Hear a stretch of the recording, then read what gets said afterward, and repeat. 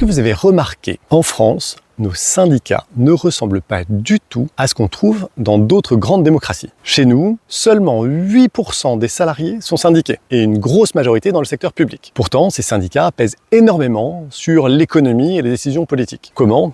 Parce qu'ils sont financés, non pas comme ailleurs par leurs adhérents, mais très massivement par l'État et les entreprises publiques. Selon un rapport un peu ancien de 2011 de Nicolas Perruchot, plus de 4 milliards d'euros par an de ressources proviennent de subventions, de détachements de personnel et de financement indirect. Et quand on regarde leur positionnement politique, c'est frappant.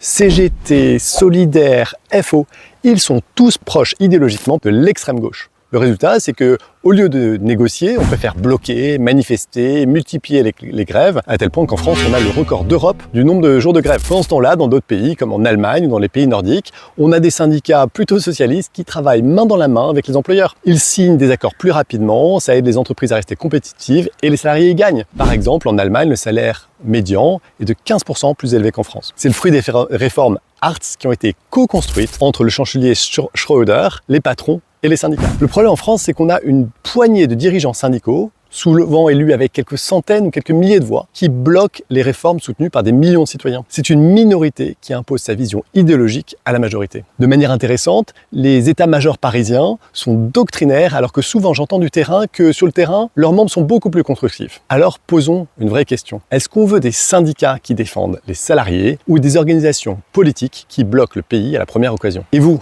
en pensez quoi? Est-ce qu'on devrait conditionner le financement public des syndicats à leur représentativité réelle? Partagez cette vidéo si vous voulez lancer le débat.